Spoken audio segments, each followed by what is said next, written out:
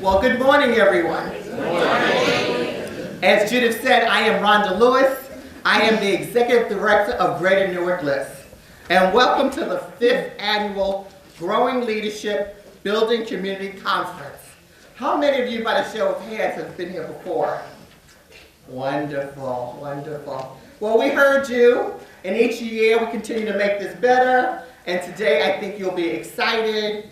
Our theme today is Get Involved, and you are all the change agents that will make Newark continue to make Newark a thriving community. Today, we have a couple of special guests, which I will introduce in a minute. I want to just tell you that the Greater Newark LIST has been working in this community for 31 years, and we have been focused on building quality, affordable housing, bringing businesses, health care, and residents, and building and working and partnering with you today. So my second theme, I think, for the day would be partnering, because we know that we cannot do it alone. And one of our great partners that I will be introducing to you is the Honorable Mayor Ras Baraka. And truly, he has been a leader and a change agent in this community. You see that the community has a different spirit right now. You see, he said when he became mayor, we all became mayor. So we all have a stake in this. He's been occupying blocks, creating model neighborhoods, focusing on health. He's built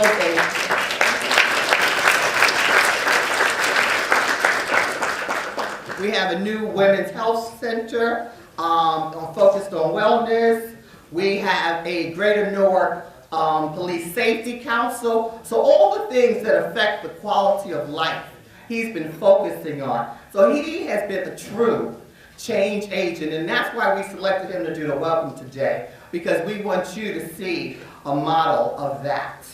Like I said, he is a native son, and we welcome him. We are honored to partner with him and his team. So Mayor, would you like to come up? Yes. And he has on a fabulous hoodie.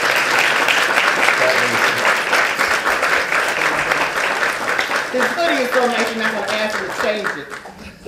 But we would like to give you a t-shirt. Oh, thank you. We want to see it in City Hall soon. Here you go. Well, thank you for coming out. Good morning. Good morning. I just want to first thank Greater Newark LIST, first of all. Their partnership with us in the city has been incredible in many aspects, and we are going to continue to reach out to them and partner around specific things that help us improve the quality of life of the city of Newark. Obviously I was born and raised in this town all my life, except for when I went to college at Howard University, HU. I was a DC resident for a little while. But I was born in a household where being a change agent was something that you were supposed to do. It was second nature. You had to be a part of your community. You had to organize. You had to make sure that you were making things better for your neighbors, for the folks around you, and then have a greater kind of understanding of the country, the world, and your place in it. And one thing that I've learned growing up in that household that helped me in this role is that my view is not always the view. And I grew up in a household where debate happened every day about all types of things, right? And when people came into the house, it was a party, it turned into speeches. And you thought you was there for a party, people get up and give a diatribe along. And somebody else might get up and say something else, but it turned into that place. And it made it easier for me to understand that there are multiple points of view. And that if you thought you discovered fire, then you should have the courage to share it, right? If you have some ideas, then they should be able to test the public domain. They should be able to withstand the public domain. And you have to get out there and push. And that nobody's going to give it to you. Like when I was an organizer in the city of Newark, I never went down to City Hall. I probably should have. I never, we did our feeding and clothing drives. We did after-school programming, Afrocentric studies for kids in the projects. We did all those kinds of things with money out of our pocket, college students and ex-college students, and we organized in our community. We fought for the right to speak so people could be at the council now, cussing me out. but there was no right to speak down there. We made that happen, and these are the things that you know, I think is a part of being a change agent. And lastly, you know, when I talk to everybody, everybody always says the word "the community," and it's interesting to me because as the mayor, I've become to realize that the community looks different in every neighborhood you go to, right? So when they say the community wants this, and you know, in the beginning I had one idea of it. Now my idea is like, oh, the community might be the 10 or 15 people these folks hang out with, or the 30, 40 people over here. And usually the community changes, but with the places you go. And our objective is to try to have at least a 30,000 foot view or vision of how do we make these communities work together in a way to move our city forward in a way that addresses some of these issues that we have that are long-standing issues, right? Issues of violence and crime, issues of our environment, issues of our schools, of job creation, of unemployment, of homelessness, all these things that occurred in our city for decades, and that I've learned as I travel around the country talking and debating and discussing with other mayors, that none of these things are germane to us. That these things are happening all over the country, and that there are people trying to create imaginative and creative ways to deal with these concepts or deal with these issues. And I guess that's what we have all of you folks for, to help us imagine or create opportunities for us to deal with these things in a way that doesn't just mitigate it, but eradicates them. And that's important for all of us to use our brain power. And I also learned that building is also destroying. So sometimes our viewpoint is that we have to talk about what we're against, and we definitely have to make it clear about what we're against. We also need to be very, very, very complicit and clear and explicit about figuring out what we are for. And that we want to see something else. We don't like this, but this is what we want to see. And that takes a different energy, takes a different emotion, takes a different skill to say we want to build as opposed to we want to destroy. Because when you develop, you get the folks that knock the building down are not necessarily the same people that build the building up, right? And so you might need a few people who are concentrated on knocking the building down, and a few people who are skilled at building it up. But what I figured out is, in this social kind of work we're doing, you have to figure out how to put it all together, because when you build, because two things can't occupy the same place at the same time, right? That's a little bit of science I know.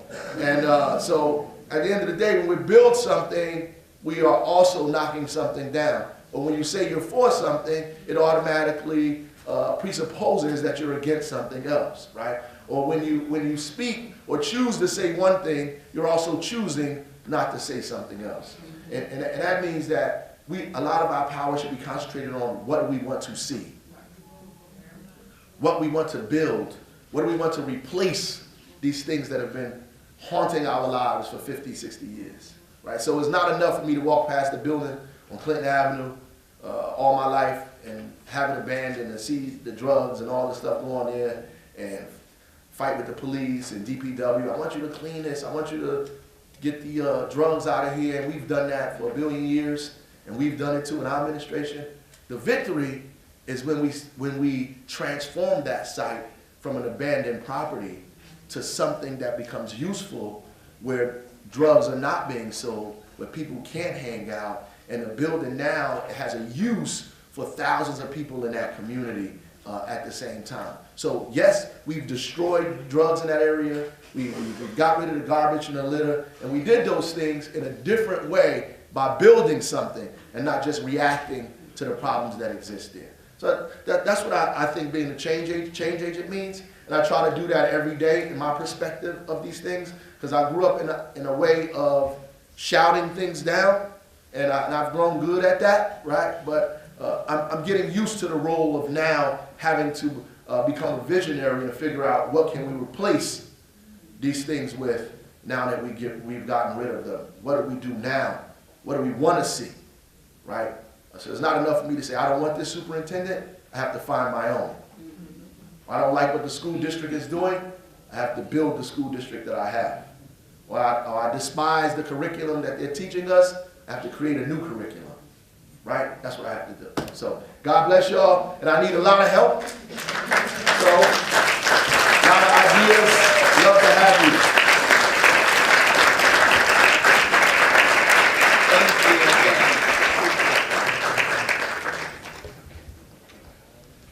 Well, the mayor hit the nail on the head when he talked about every community is different. And we know that sometimes it's block by block. There are little communities. But we can all help out each other if we do the work that we need to do. I want to introduce our next guest, who is a partner and a friend.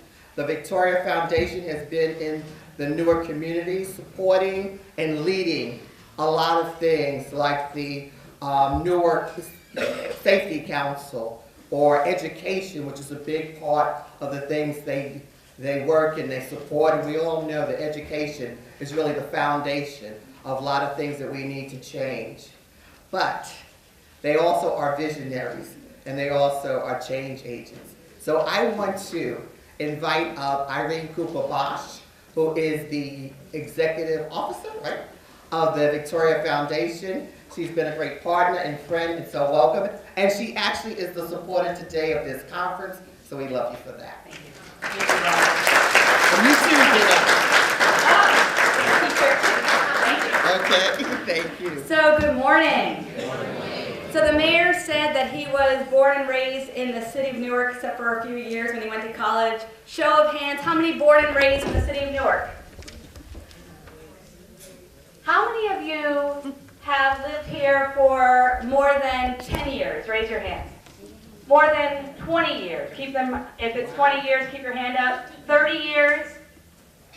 40 years? 50? I don't want to like people to give away their ages. Congratulations. 50 years plus. How many of you today, this morning, have gone through the Greater Newark List's 6-month Newark Resident Leadership Institute? Raise your hand. Okay. Is that an amazing institute? Yes. Do you recommend it for everybody else in this room? Yes. So today is a kind of teaser. You're going to get a lot of good information. You're going to build some skills. But if you really want to get into the weeds of leadership, think about that Newark Resident Leadership Institute. 6 months, monthly sessions. It's remarkable. Victoria Foundation has been funding in the city of Newark for 50 years, and we're a little late to the party, honestly, in realizing that the people who live here are the people who understand what the opportunities and challenges are. And so in the last several years, we've been working with our partner, Rhonda and LISC, to really build the capacity of residents to be change agents. But I've been hearing the word change agent a few times this morning. I think that the folks that are here this morning, you came here because you recognized something, you looked in the mirror and you said, I'm a leader. I can learn something and I can go back to my neighborhood and I can mobilize and inspire other residents in my neighborhood to actually become active and make a difference in my neighborhood. But somebody has to be a leader to inspire everyone else to do something that's going to make a difference and move the needle in your neighborhoods. So I'm really, I honor you for being here, for taking a whole Saturday out of your weekend and learning some new skills. And I hope that it inspires you to go back to your neighborhoods and become that leader that you see in yourself. Have a wonderful day. Thank you.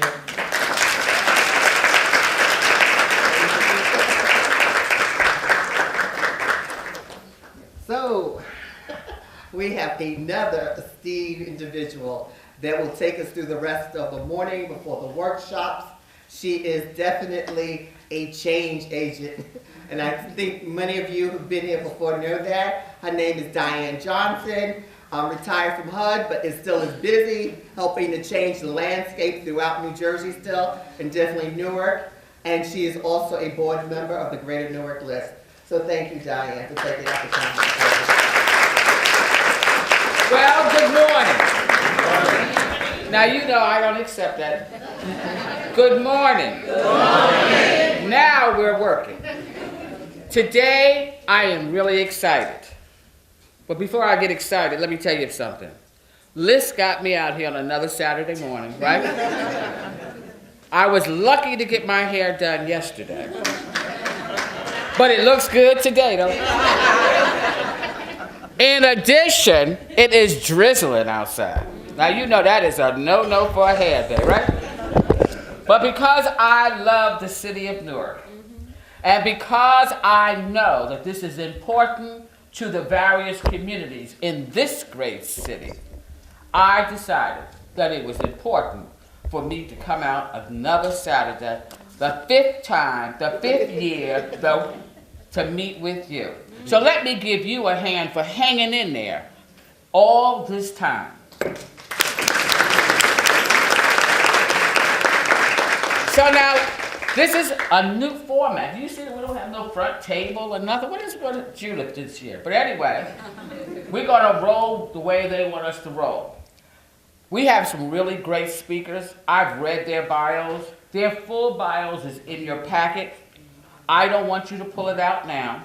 I'm gonna tell you a little bit about each one of them before they get up to speak. But I want you to go home and read about their full participation in this great city. In addition to that, I want you to write down your questions so that you will be able to ask the questions, to take the information that you need back to your community, to your neighborhood, to do what you need to do. You got it? Now, I'm going to let each one of them speak. When they finish, they got 10 minutes, and you know that I don't play. They got 10 minutes to speak, then they got to sit down. Then you're going to have 15 minutes to ask questions. And I want you to ask the right questions, the questions that come to your mind, but I want you to write them down so that you will be able to get the information you're looking for. So without further ado, let me introduce to you Dr. Denise Rogers. She is the Vice Chancellor. Did you hear me say that? Vice Chancellor for Intra-Professional Programs at Rutgers. Listen to this. Biomedical and Health Sciences. A family physician and a former interim director of the Department of Health in Newark. But before I have her come up, I just want you to know, because I think the mayor has said all of my opening remarks, but I just want to add this. No community can thrive without putting all of the pieces together. And that means that we can't have a good place to work, sleep, or live if we don't have good schools, a good stock of housing, and it's affordable so that everyone can live in it. We need to have thriving commercial corridors. And above all, we need to have safe and healthy environments. And so today's conference. Excuse me, can you repeat that? No community can thrive if we don't have all the pieces. To live, work, and play. You think I'm reading something? Good schools, housing stock that is affordable for every income level, a thriving commercial corridor. I'm trying to read slow. And above all, that it is safe and it is healthy for the residents that live there. While some communities do not have all these elements present, all continue to strive toward that ultimate mix and towards improving the overall quality of life. This morning, you're going to see how to thread the needle in your community. Dr. Rogers, please come up first.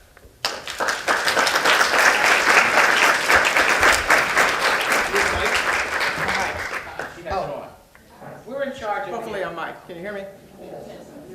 Yeah, it's working? Yes. All right. What happens to a dream deferred?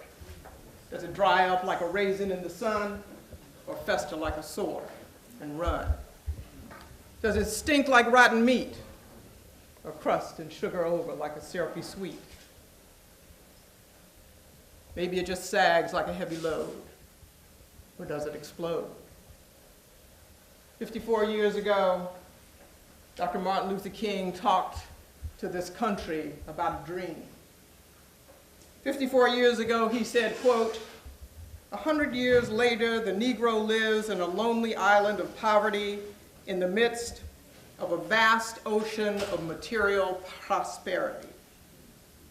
Today, the gap in income and wealth between African Americans and whites is no better than it was in 1963, and in some instances, it has actually gotten worse. And it is important to note that poverty often has an adverse effect on health. It is often the case that to be poor in America is to be in poor health in America.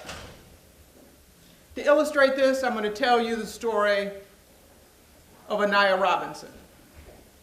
Anaya Robinson is an 8-year-old girl who lives in the Fairmont section of the West Ward. Anaya is in the 2nd grade rather than the 3rd grade because she was left back because she missed too many days of school being out sick. You see, Anaya has really bad asthma. Last year, she visited the emergency department of several of our local hospitals over 10 times, and she was admitted to the hospital twice, and one of those times she was actually admitted to the pediatric intensive care unit because she was near death. At age 2, during a routine visit, Anaya was found to have elevated lead in her blood. Like most children in Newark, her elevated blood lead level came from the lead paint in her poorly maintained apartment. Now, the good news for Anaya and her family is that she was able to become part of a program that helped to support her landlord remediating the lead problem, but it meant that she and her family had to move away and live in transitional housing for 6 months.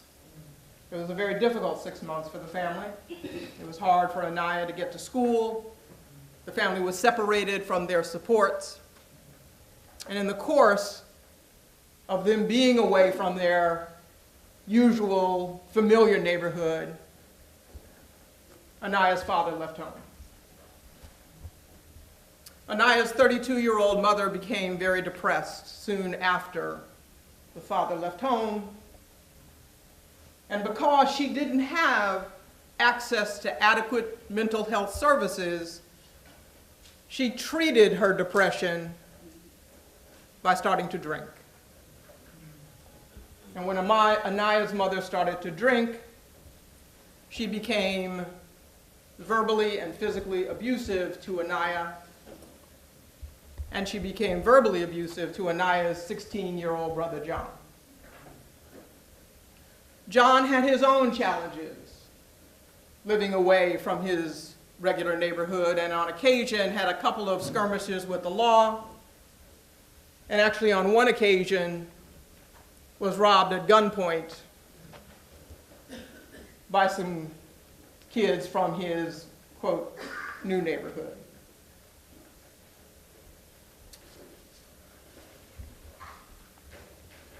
Anaya is also plagued with being overweight, severely overweight. And part of the reason she's overweight actually has to do with the fact that because she has very severe asthma, she takes a medication called prednisone that causes overweight. And so people often look at her and blame her for, quote, eating too much, not realizing that she has factors in her life that make it especially difficult for her to lose weight. Her teachers, her healthcare professionals, her mother all encourage her to go and play in the park. In fact, once they moved back to their neighborhood in Fairmont, a new park, Kaboom Park, had been developed and was ready, waiting for her to be able to play in. But Anaya refused. She said, I don't want to go to the park and play because I'm afraid.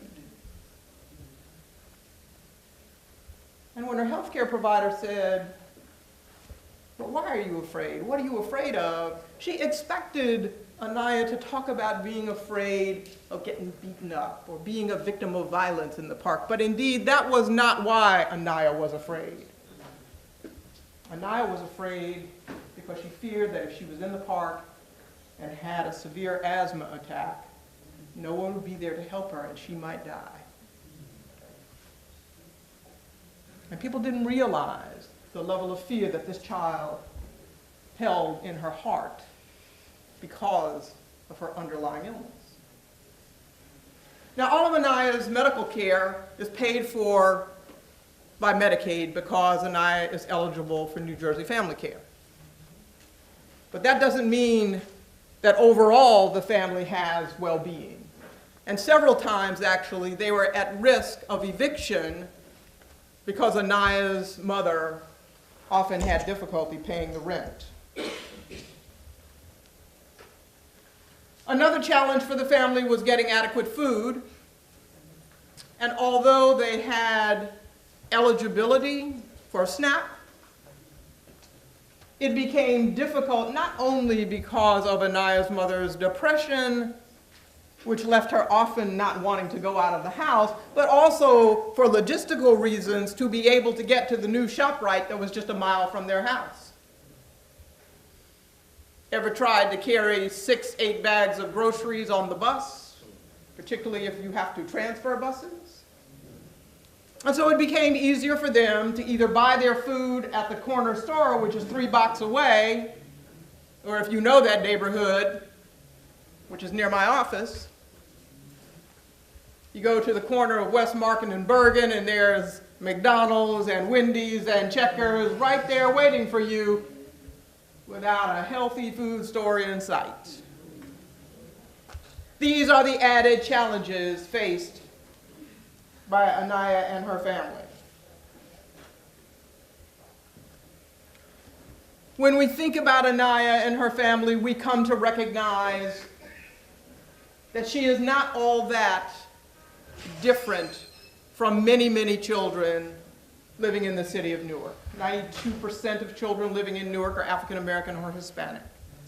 70% of children living in Newark are low income, and 16% of children living in Newark live in extreme poverty.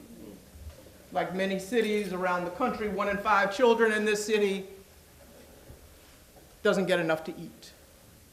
Many children, many children rely on school breakfast and lunch in order to get adequate nutrition. Difficult sometimes to actually get any kind of specialized dietary needs that children might have in those school lunches, but at least it is food and calories. Is this me? So, what do we do, and what do we know? Well, there's one other important thing that we are increasingly coming to know, and that is the impact of these adverse childhood experiences on Anaya's life. We increasingly know that children who have 6 or more adverse childhood experiences grow up to have a life expectancy that's 20 years less than the average life expectancy in this country. Anaya has many adverse childhood experiences. She has a mother who is physically and verbally abusive. She is growing up with a mother who has severe mental illness. She has experienced a near-death experience with her asthma, and she has endured the separation of her family. The American Academy of Pediatrics tells us that because of the challenges many families living in poverty face, that is also an adverse childhood experience. So Anaya is well on her way to having a shortened life expectancy even at the age of 8. But there are things that we can do, and we must do, and we will do to improve the resilience of this child and to get adequate help for her mother. We can do that together. Thank you.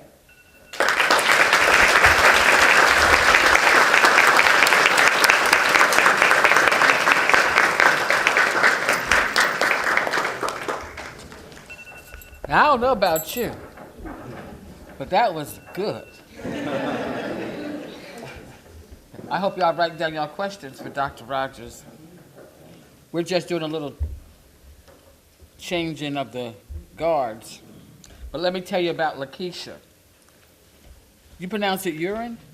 Uri is the chairwoman of the Newark Anti-Violence Coalition, which was founded in 2009 to protest against the senseless violence plaguing the city of Newark. She's a native of Newark. Remember when we were raising our hand? She was born here. She's dedicated, committed, community activist, and organizer, and is a well-known face in the community. Ladies and gentlemen, begin writing your questions down now. Miss Lakeisha.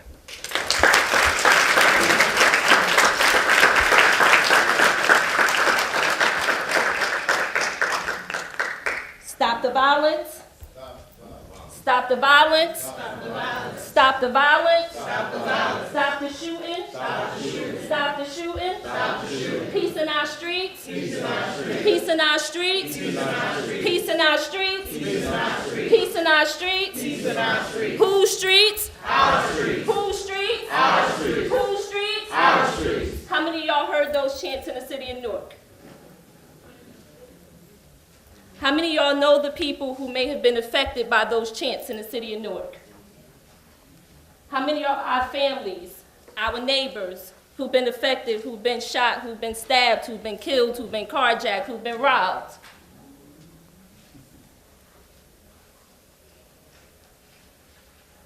And so the Newark Anti-Violence Coalition exists because all of those hands that went up are times 10, times 20 in our neighborhoods. And so people say, Keisha, how do you do this every day, all day? Your phone don't stop ringing. How do you do this?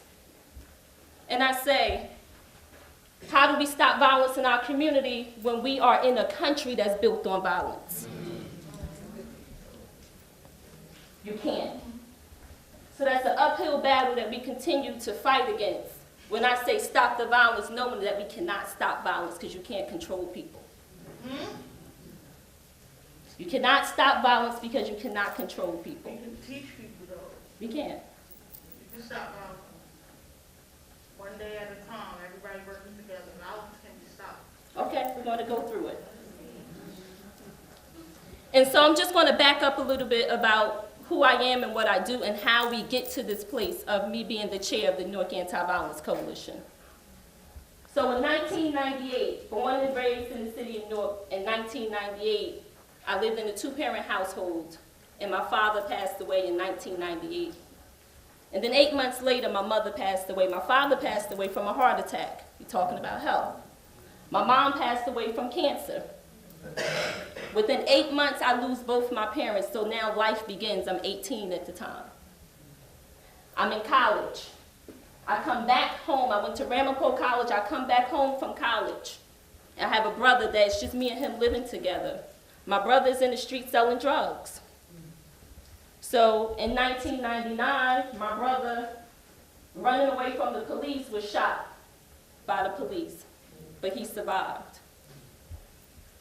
Then again in 1999, I go back to college, I'm there, and the security people come to my classroom at college and say, hey, you got an emergency, you need to go home. And I say, why? And they say, we can't tell you why, but you need to call somebody at home, you need to go home. So my brother is shot 6 times in the city of Newark. But he survives. Thank God. So I have to leave school, I drop out of school, I come home, and I'm trying to finish school, and I go back, and then I come home, and again in 2001, I'm home for the weekend from college, and someone knocks on my door and say, hey, is your brother here? And I say, yeah, he's sleeping. And they say, okay, can you tell him such and such came by? I say, okay. They say he normally goes to pick up his daughters that, on A Street, you know, but I'll see him tomorrow. I'll see him, you know, in the morning. Don't worry about it. So the next morning I wake up to a knock, and they say, your brother got shot down the street. So after we pinned the stories together, we realized that the same person that knocked on my door is the same person that shot my brother. So he came and knocked on the door. and had the nerve to come and knock on the door. But by the grace of God, he didn't come in and shoot everybody because I opened the door. So because I saw him, because I knew who he was, because my brother did not die, he's going to come back. So now we have to go. We have to pack up everything and go. So the city that I lived in for 21 years is no longer the city that I live in because of that trauma. And so we fast forward, that's 2001, we fast forward 2010. The person that I love more than anything else in this world shot and killed on 12th Street in Newark. Nobody saw anything, nobody heard anything, the story that we hear all the time, right? No justice. The person never is caught, the person never is arrested. Somebody knew what happened, wrote the whole story down, and gave it to someone that I knew, and gave it to the prosecutor's office. The prosecutor says, this is hearsay, we can't do anything about it. The person was willing to testify. They said, it's still a conflict of interest, we cannot accept this testimony. So the person is still out on the street. So this is when I became upset and said, I need to do something about this. And so I joined the Newark Anti-Violence Coalition, but the Newark Anti-Violence Coalition was formed when Mayor Ras Baraka, at that time, was just the principal of Central High School. And he and other people from the neighborhood came out and came together and said, we need to do something about this violence because it's business as usual. People are going about their day as if nothing is happening. And so there was a young woman by the name of Nikisha Allen that was shot and killed on Meeker Avenue, going to the store. And she was a victim of senseless violence. So people came together, text messages went out, phone calls went out to say, we need to go out there, we need to do something, I don't know what, but we're going to do something. So the people go out there, they congregate together, and they block the traffic. And they stop the traffic.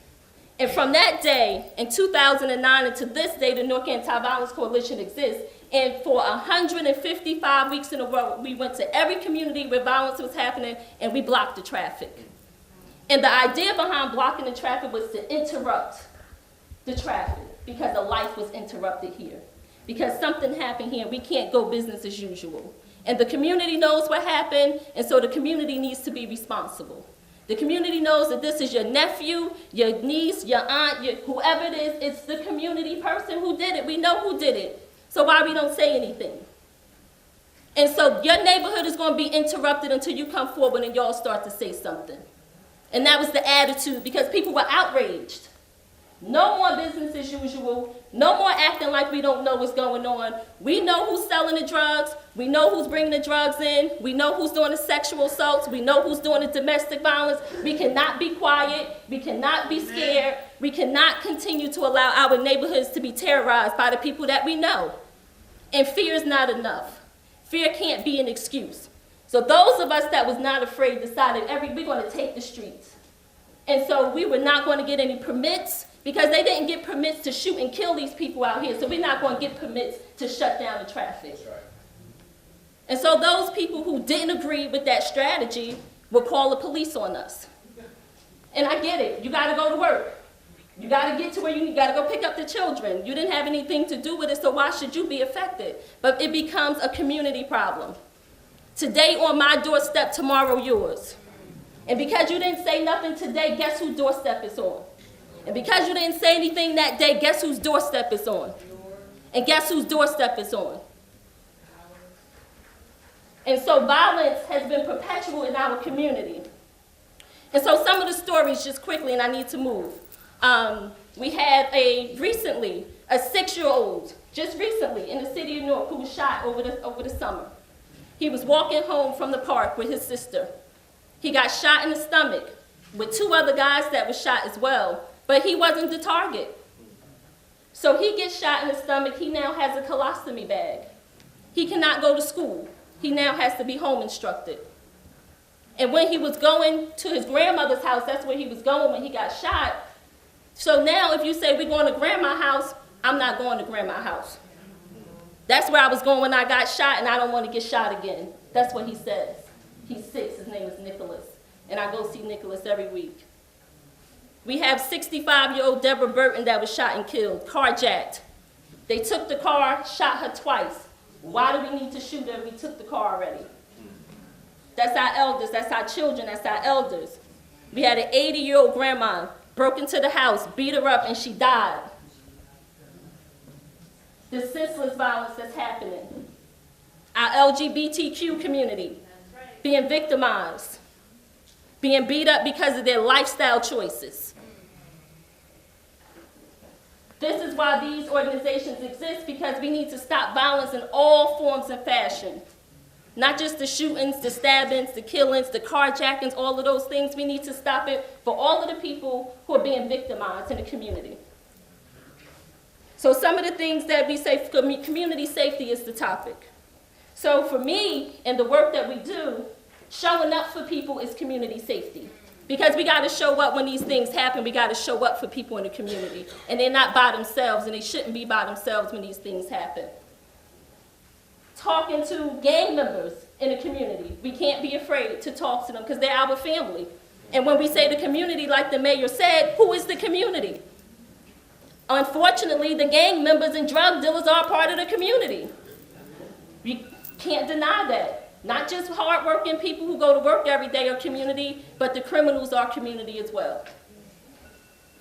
The prosecutor's office, they have a victims advocate program. Educating the community. All right, not just, okay, so what we're doing in the city of Newark, really quickly, is I'm a part of the Safer Newark Council. We're using strategies in the community. Rutgers is a part of that, they're heading that, to start to come up with some strategies to get community safety in a better place. The mayor spoke about the Shani Baraka Women's Resource Center. We have resources for the women in the community who are being for domestic violence and sexual assault. There are some resources for them in the community. We have also the WWVO, West Ward Victims Outreach, that the person that Dr. Rogers was talking about can get some resources for people who do outreach for people that's been victimized. After things happen, they have to have some support. And we have to be a part of the change, and we have to be in the community, we have to be a part of what's going on, we have to know what's going on, we need to join organizations, or if you don't want to join, at least give some information as to what the strategies are, what the solutions are for us to be able to be safe in our communities. Some of the basic things of being safe that we all know is know the people in your neighborhoods. Most of us don't know our neighbors.